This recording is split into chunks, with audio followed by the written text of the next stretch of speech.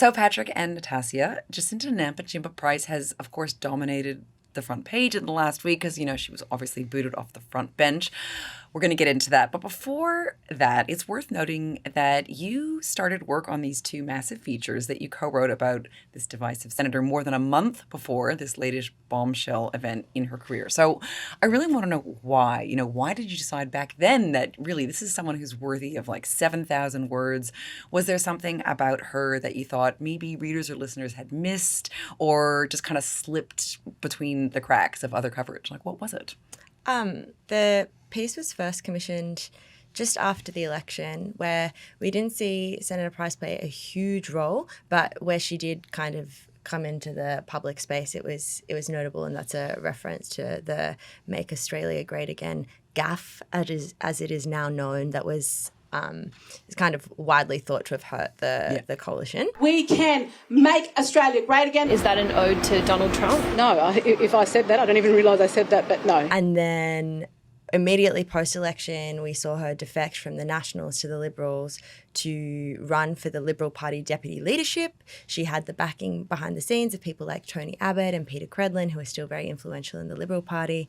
And while that ballot, the leadership ballot, Angus Taylor as leader lost to Susan Lee by about 3 votes, it was kind of this real pivotal moment where we, I think, realised as a newsroom all of a sudden we could have, this woman Jacinta Price as a deputy Liberal leader, and we don't know, or we hadn't written that much about her in terms of her political career to date. She very much kind of became a national name through the Voice referendum. And while her pre-parliamentary career, she'd written a lot, for example, for News Corp publications and been interviewed a lot there. I think our readers probably weren't as familiar with who she was before Parliament and where she came from. And I think also her name recognition is kind of disproportionate to how long she's been around.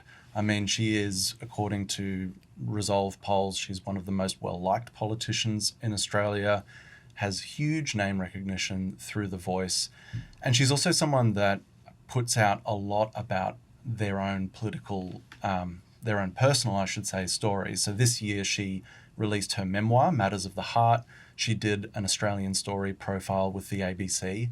And I think the other reason that we wanted to look into her more is that she really does marry personal experiences with her political views and draws very explicit links between what has happened to her in her past and to her family and what she thinks now about key issues.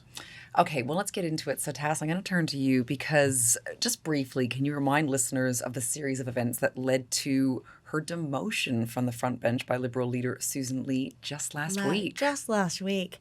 Well, I guess it started the week before. She made an appearance on the ABC's afternoon briefing program. It was a few days after there'd been several anti-immigration rallies across the country. She was asked then by the host, Patricia Carvelis, do you think people marching are concerned about the core number of immigrants coming in or the type of migrant?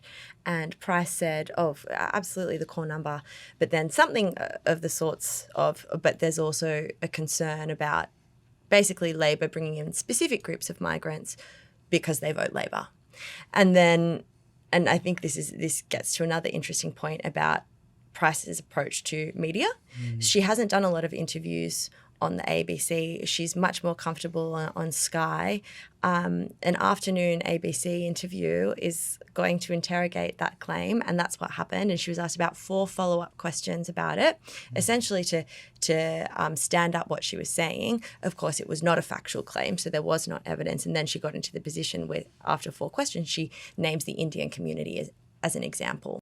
As we've seen, you yourself mentioned that there is a concern with the Indian community, and only because there's been large numbers, and we can see that reflected in the way that the community votes for Labor at the same time. So if they're going to see a reflection that, okay, these individuals are going to vote for us more so than other parts of the community, well, then of course they're going to express a view that we'll get those sorts of individuals into our communities, and we've heard that. And that sets off a chain of events because it upsets Indian Australians. They are a very important constituency in Australian politics in general, but also for the coalition. The next week, you've got all her colleagues wanting her to apologise, Price being extremely defiant, not wanting to back down. And to the point where about 8 days later, she wouldn't give confidence explicitly in her leader, Susan Lee. And so Susan Lee said she had no choice but to sack her at that point. Jacinta Nampijinpa Price critically failed to provide confidence in my leadership of the Liberal Party. Confidence in the leader is a requirement for serving in the shadow ministry. A couple of hours ago, I spoke to the Senator and I advised her of my decision. So now she's on the backbench, which, as we know, is where all the most vocal politicians are. Now so she's unshackled. It'll be interesting. Yeah, exactly. Absolutely. Now, Patrick, I want to turn to you because I think it's fair to say, and you'll really help us delve into this, that Jacinta Nampijinpa Price has had a very particular way of viewing Indigenous issues and migrants long before these views sort of came to a boil last week. And we're going to get into the divisions that this is sort of raising, I guess, in the coalition soon. But can you just tell us a bit about Price's upbringing, her political career, and how that's sort of shaped her views today? Sure. So Jacinta Nampijinpa Price, she was born in 1981 in Darwin. She spent the first little bit of her life in the Tiwi Islands, and then she travelled with her parents to other remote communities in WA as well. But since she's been about 3, she's been a resident of Alice Springs. She became a town councillor in the mid-2010s in 2015, and that really started to give her more of a platform. Mm-hmm. Before that point, she had been an entertainer. She was a person who played the best friend of a honey ant called Yamba in a very popular and high-quality Indigenous children's television program. She was a singer. She starred in a play. She did hip-hop with a group called Catch the Fly. She was Sassy J. But yeah, in the mid-2010s or so, she starts to make this transition where she goes from being an entertainer to being a politician. Her mother, Bess Price, at that point was a politician herself with the Country Liberal Party and the NT. Bess Price was actually a minister. And then Jacinta becomes a town councillor in Alice Springs. She then does this Facebook post that really changes things, a 1,400-word Facebook post defending Australia Day and why she thought that it was wrong to try to shift the date. That gave her huge prominence. Then she gives a couple of high-profile talks about domestic violence. All of a sudden, she's appearing on Sky News. She's writing for The Australian. And then she actually becomes a spokesperson for Advance Australia, as it was then known, which is a very powerful lobby group with which she would go on to become very closely tied in the Voice referendum. Tass, I just want to turn to you. Now, we mentioned the No campaign and the referendum for an Aboriginal voice to Parliament a bit before. That was, of course, nearly 2 years ago. That really did rocket her, right? From relative, I guess, obscurity to, you'd have to say, star power status. And I think in hindsight as well, like, just how instrumental she was in that outcome. Because if we go back to 2023, the coalition were kind of deciding what they were going to do on The Voice. Peter Dutton, from how people reflect on it, kind of was open to going either way. Then you had the Nationals come out first before the Liberal Party. And the Nationals came out in a press conference early that year and said, we are opposing the Voice to Parliament because that's what Jacinta Nampijinpa Price has advocated for. So you had Jacinta kind of influencing the Nationals' policy. The Nationals said no. And once the Nationals said no, it was also going to be very difficult for the Liberals to advocate a separate position to their junior coalition partner. So then the Liberals moved no, and then Jacinta became the kind of spokesperson as well for the coalition's no campaign as well as the Advance no campaign. In the long term, I wouldn't like to entrench in our constitution the idea of disadvantage, which I think is what the Voice will do. It'll suggest that we will forever require special measures, require even a Minister for Indigenous Australians. So not only was she a huge voice during that, she was also very instrumental in setting the coalition's position on it, which then really affected the entire trajectory of the referendum. So she was very powerful in that episode. And it was reported at the time, but she did this speaking tour. Advance funded and organised part of that speaking tour, but tickets to see her would sell out. People would queue up afterwards and ask for autographs. Then that campaign obviously came to a close, that I saw her at a rally, not a rally, it was like a Liberal event in Perth during the election campaign. And that was when she said the "Let's make Australia great again" in her kind of rallying speech. And Arias were all like, and gave this like very kind of unwieldy but energetic press conference after. But being at that event, I saw people just flock to her after. It was like she was a celebrity. There were women who were crying because they'd seen her and were so moved by her and her story. Everyone was referencing the Australian story. Like, the Australian story became a big part of, I think, her lore and how people came to understand her. And that's why she also had disclosed her experience of domestic violence and things like that. And then just out of nowhere, bang, I just remember getting hit in the side of the head. And I remember just touching my hair and like going, oh my God, there's blood. The next time, I just remember the shock of two fists hitting me in both eyes simultaneously and the sound of that. But it was just this effect that I'd never seen around a politician before, in terms of the genuine emotion that was coming from people. And she was in the middle of those crowds and she was absolutely radiant as well. It was really something to behold. And this press conference after, which is where she went on all kind, she kind of, when she was asked about Make Australia Great Again, she was like, "Oh, did I say that? I don't remember saying that." Do you think that was genuine? I think or do you think you it was can calculated? see with probably a few of whether it be these kind of comments she made about abortion last year as well. There is a pattern of of her saying something and then, "Oh, I didn't say it," or "I didn't mean that," or "That's not what I said." So I What's think that that's about? Is that just being an amateur, or is that a calculated sort of way to get press and then to sort of back away? Yeah, it's. I wonder if it's a kind of she's misstepped, and obviously this week she didn't want to say sorry, right? So it doesn't seem like that's something that she wants to be doing as a politician, apologizing. That's kind her of her whole brand is brand. being outspoken, Right? Exactly, and unapologetic. Down. That's what she says. I'm not going to back down. I'm not going to back down from the Exactly. facts or the truth. That's what she says always, right? And Yeah. the other big part of her brand is that she won't be silenced. That's right. Exactly. This is something that she repeats again and again. And she has been praised for a very long time for being outspoken on these issues, such as domestic violence or sexual abuse.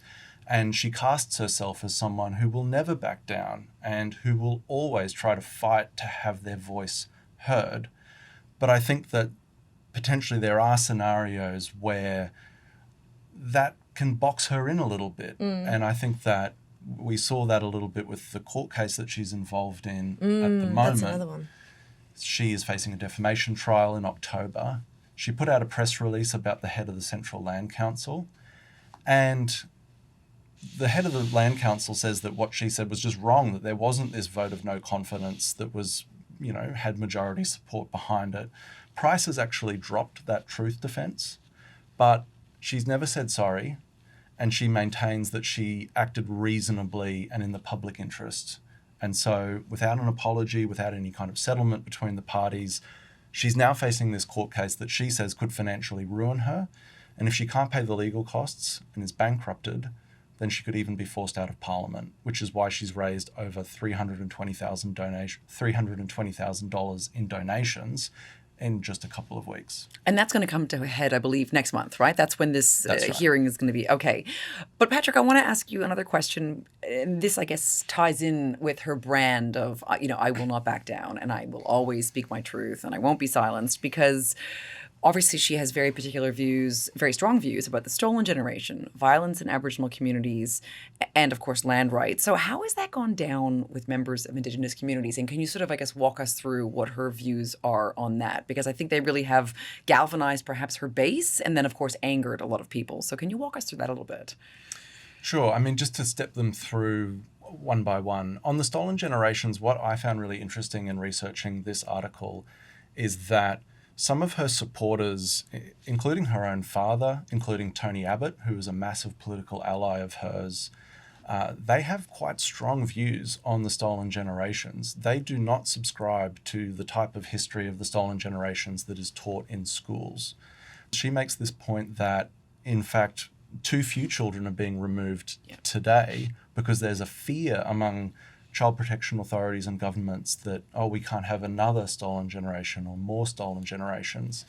But people I spoke to, such as Jacinta Cracker, who's a Minang Noongar woman and an Aboriginal Enterprise Fellow at the University of South Australia, she just completely rejected this idea that children are being kept in unsafe homes due to any kind of concern such as this. She said that connection to culture never trumps safety in the child protection system, and that to suggest that too few children are being removed is an insult to all of those children out there who have been removed and who are increasingly being removed.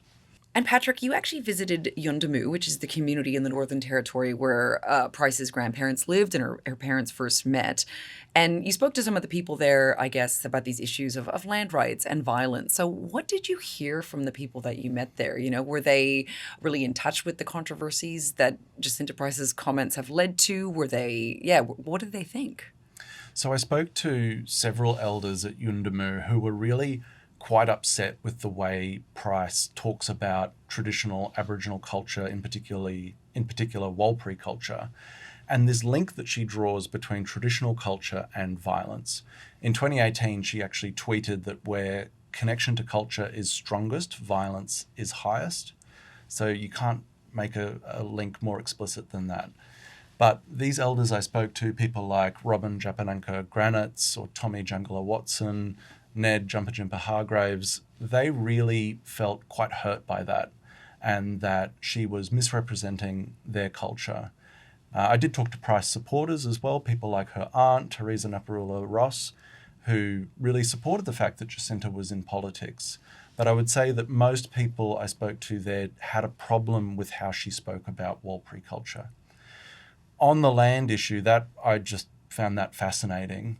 Price has said a lot in the past about land councils, these bodies that administer huge territories in Australia and who are responsible for taking in money and redistributing it to traditional owners. She thinks that they're opaque, that they're unaccountable. She says that as a traditional owner, she hasn't been able to realise the full benefit, the full financial benefit of her land. But what we found in Yundamu is that there's actually a very specific dispute over this line of hills south of the town. Bess Price says that she is a traditional owner, and that would give Jacinta a kind of ownership stake as well. But some people in Yundamu are adamant that that is not Price family country, that that is not their dreaming, and that they should not be entitled to claim it. And so that, I think, really gives us a much fuller picture of Price's views on this topic of land, because she says so much about it, but until we started researching this story, we didn't know that there was this particular dispute over a particular piece of country. And so do you think it's really important for listeners and readers to know this, you know, that she's got these grievances, I guess, about the land councils, but then she's got her own private interest in this matter? Like, is this something that perhaps you felt was important to highlight? Look, I think it's completely relevant. And people I spoke to for this story made clear that it's not uncommon at all for there to be disputes between traditional owners, between different family groups about tracts of country. But we've got a situation here where it's not just another citizen, it's a senator, it's someone who has Parliament as a platform with which they can pursue these topics and really quite specifically go after particular land councils like the Central Land Council. So the fact that she has a dispute related to her own family, I think, is very relevant. And Patrick, you know, Jacinta Nampijinpa Price, I'm not sure if a lot of listeners know this, but she's got a lot of very high-powered backers. This is something you've really looked into. So tell us, what is it about Price that has attracted the likes of Gina Rinehart and former Australian Prime Minister Tony Abbott, who has been in her corner, you know, as you've both written, you know, in a very strong way for quite a while? Yeah, so Gina Rinehart famously made a cameo appearance in the Senate box when Senator Price made her maiden speech to Parliament. Hancock Prospecting, Rinehart's mining company, it gave a donation of $75,000 to the Country Liberal Party last year. That was the first donation in a decade. And Rinehart has praised Price for speaking up and speaking the truth about marginalised communities. In terms of politics, I think that her key backer is Tony Abbott. I'm pretty sure when Price's kind of star was rising during The Voice, it was Michael McCormack of The Nationals who said something along the lines of she can say things that other people want to say but can't say. Because she's an Indigenous person? Yeah, because she's got the identity, the kind of identity politics aligns with her being able to talk about these things, kind of like what Pat was saying earlier, some of this stuff around stolen generations, other kind of views about Australian history, the lens with which we view Australian history. Price is of that conservative view. In a way, I think that white conservative men don't get the same ear these days. She, says she believes that stuff as well, and she says that stuff. And so it's kind of like this kind of new platform, I suppose. And I think her National Press Club speech in 2023, where she was saying some of this stuff, like kind of downplaying the impact of colonization, denying intergenerational trauma. Yeah. There were a lot of kind of people from the white and conservative side of politics in that audience who were cheering her along. It wasn't exclusive of that, but that was a significant part of that audience. And even still, you see today when she gives speeches, including last weekend, she was at a Liberal Party fundraiser. The majority of these audiences are older white people, at least in what you observe. And so she is such a compelling spokeswoman for that kind of political ideology that I think Dominic Kelly, who's a researcher, makes this point in our story. Jacinta's not the first person like this. Like, there have been many conservative Aboriginal thinkers, and when they do come out and start finding a platform, you do find these right-wing or conservative think tanks and organisations such as the Centre of Independent Studies, such as the Institute of Public Affairs, such as now Advance, kind of go to them and raise their platform. And I think that's what we did see with Senator Price. There were a lot of invitations that followed that Facebook post. Way back in 2016. Way back in 2016. And she says in her book, when it sounded like the Albanese government was going to pursue the referendum, she told Advance that they should get involved. And then it was Advance who suggested to her that she be the spokesperson for that movement. It was Advance who suggested to her, hey, we'll come to Alice Springs and film your family and make this kind of promotional video with your family, which is still the first thing you see on the Advance homepage today. They're very, I would say, brash, populist. Their social media messaging is in your face. They really, you don't have to guess who their favourites are and who they don't like. And mass migration is a big topic for Advance at the moment. They have put out many, many social media posts opposing the intake of immigration numbers that we have at the moment. But some of that imagery is AI-generated imagery of people with dark hair, brown skin, and they're shown queuing at airports or queuing up for rental properties. I mean, it's very, very unsubtle. And yet this is the group that is very much in the corner of Jacinta Nampijinpa Price, and Tony Abbott, her mentor, sits on the Advisory Council of Advance. Okay, but Taz, just to follow up on this, Advance denies that its immigration stance is racist, right? And it points to its support of Jacinta Nampijinpa Price, an Indigenous senator, as proof that, we're not racist. So is there a case to be made that Advance, or perhaps any conservative person or group, could be using Price, I guess, to score points, for placing an Indigenous woman front and center of their campaigns? Does it help perhaps excuse? I think this is the debate that's existed around Jacinta Nampijinpa Price ever since she started speaking out. You had people like Marsha Langton, also a very prominent voice in Indigenous affairs for a long, long time, come out with a very critical Saturday paper piece about Price before Price entered Parliament. Noel Pearson, a lead proponent of The Voice, was very, very critical of Price. There are people who see Price being used as a tool of right-wing conservatives to push their agenda because she's an acceptable face of that thought these days. Price has had to answer to that often, and she denies it. Price, I think there's a great quote that opened the Australian story where basically she said something of the like of, people would love to think that I'm a gift to conservative Australia. I don't doubt at all that there are those that would regard me as a gift to conservative side of politics. Now please welcome Senator Jacinta Nampijinpa Price. But there's no way I would allow anybody to use me. I'm incredibly... And I think there's no denying she is a very kind of forthright person with a lot of kind of self-belief. And I think that insinuation is very insulting to her. She would say, you know, I can be a conservative Black woman. Firstly, there's no doubt that the Price family's conservatism goes back a long, long way. It goes back to the early 2000s. The other point is that when people say, oh, is Jacinta Nampijinpa Price being used, I think the other way of looking at it is, well, what does she get out of this as well? If conservatives see her as an attractive character and as an attractive campaigner, then she also gets huge exposure. I mean, It's how her platform has been built. I mean, in terms of free advertising, the number of times that she appears or the frequency with which she appears in advance as promotional material.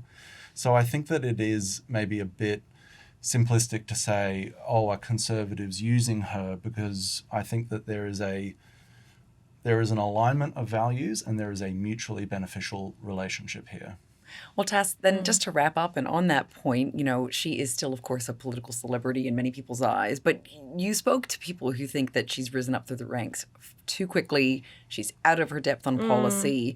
You know, they say that, you know, she's had a fickle stance on abortion, transgender issues. So do you think, is this the beginning of the end for Jacinta Nampijinpa Price, or is it just the beginning? I think there are people in the Liberal Party, or talking to people in the Liberal Party after this fortnight, even people in the more conservative side of the Liberal Party, who are not happy with her performance. She still has a tight group of people around her who are kind of like the big fans, but I think she's isolated people who are otherwise kind of open to her involvement and supportive of her. Well, and this is the other unique thing about Price, I think, is her support doesn't come from within. So it kind of doesn't matter if a lot of her colleagues aren't that happy with her. Her support doesn't come from her colleagues. Her support comes from the community, as well as from people like Abbott, who are kind of behind the scenes of the Liberal Party. But she has more followers on social media than any other Liberal or coalition politician. Yeah. Her supporters started bombarding other Liberal MPs last week when she was under pressure over the migration thing, telling them to leave her alone and that she had a point. They were not happy about that.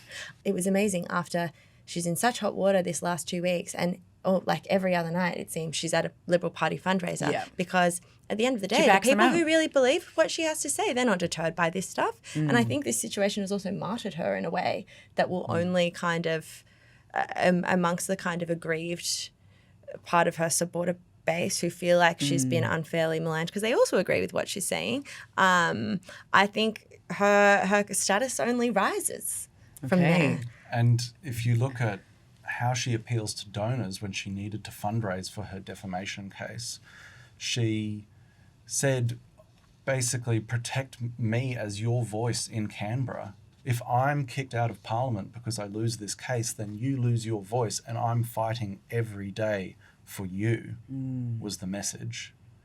And so, yeah, I found that's what we've got. Very interesting. It's definitely something to watch. So thank you so much, Patrick and Natassia, for your time. Thank you.